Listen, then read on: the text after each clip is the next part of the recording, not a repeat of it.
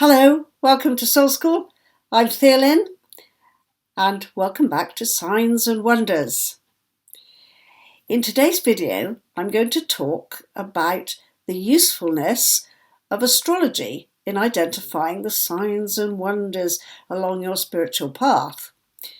But I'm also going to mention some of the possible downsides of using astrology. So, I've been an astrologer for many years. I learned about it when I was very small from my aunt. I was only 9 years old when I heard about it.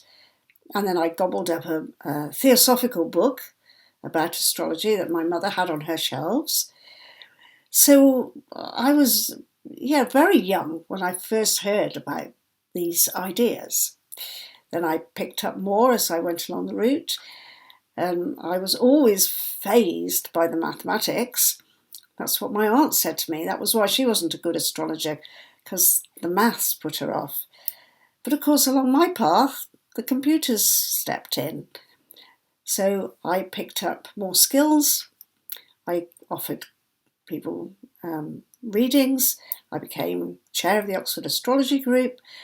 And so I was well embedded in astrology. And I use it for my own purposes, for self-understanding, for looking at likely positive personality traits, likely difficult personality traits, and I also use it for myself and for clients for working out timings, observing the transits and progressions, as they're called, in the chart.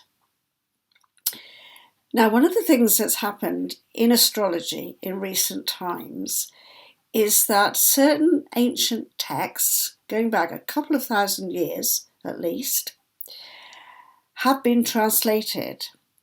And the younger generation of astrologers have discovered that some of the original concepts in astrology can provide very precise timing techniques. And so there's a sort of, not exactly a parting of the ways, but there are two kinds of astrology in a way. One of them is generally described as Hellenistic or traditional astrology. That's the astrology based on those ancient texts, often in Greek, that have now been translated. And the kind of astrology that I was brought up on, which grew up at the later part of the 19th century and into the 20th century, which was originally theosophical, but then became very focused on psychology, in particular Jungian archetypal psychology. So it's almost like there are two strands here. And they're not quarrelling with each other. They're trying to accommodate each other, we should say.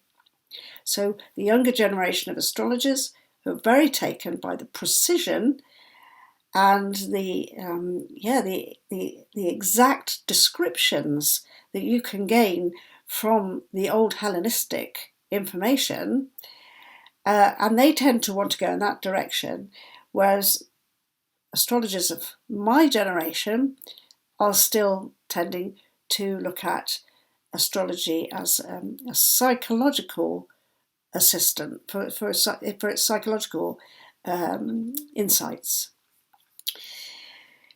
Now, be that as it may, and I think those two strands can work together and certainly would bring something very healthy out of collaboration.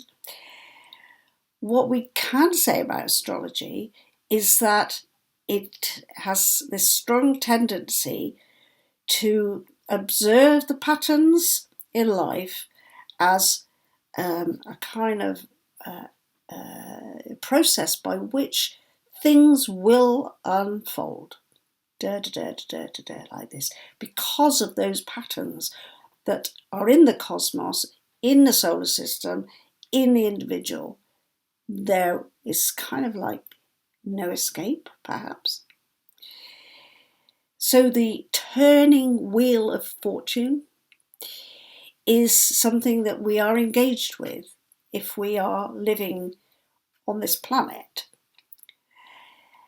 And what we have to look at very carefully if we're on a spiritual path is to what extent we feel that we are fated and that we have no agency, that we have nothing that we can do about it. And so in one of my recent blogs, I was talking about your lot in life. And the lots are an ancient idea in astrology that you can calculate certain necessary things that will go on and that you're bound by looking at what they call the lots. Now, what I feel is really important after my mystical experiences, and what I'm trying to convey to people while they're learning the SHEFA method, is that when we dive deep and we access the divinity within us, we're actually moving into a realm where nothing is fated. Anything could happen. It's this immense arena of possibility.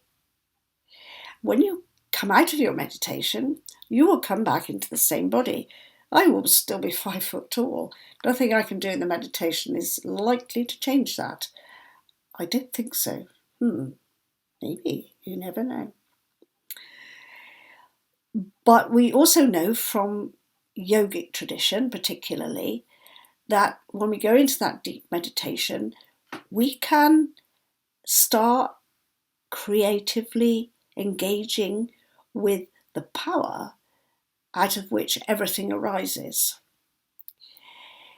So the astrology that you can bring into your life is really, really useful.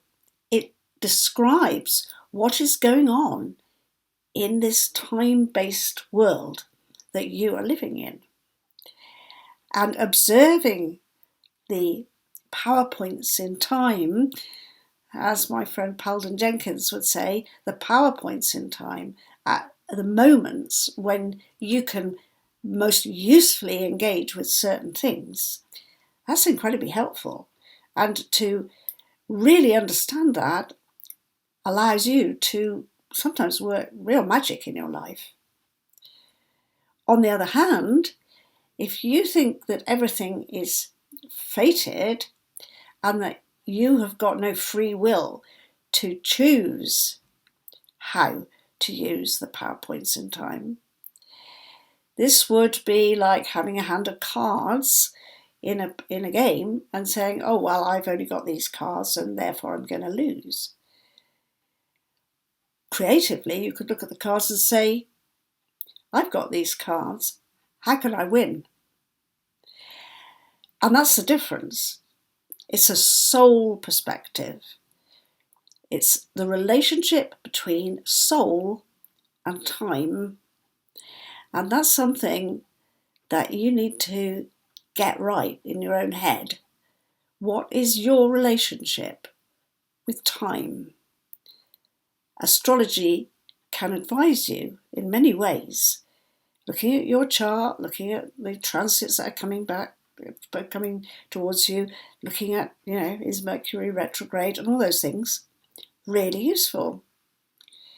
But it's who you are, what your soul's journey is, that's the key to progressing in life in the way that you choose, creating a life that you desire, that makes you feel joyful and allows you to keep shining.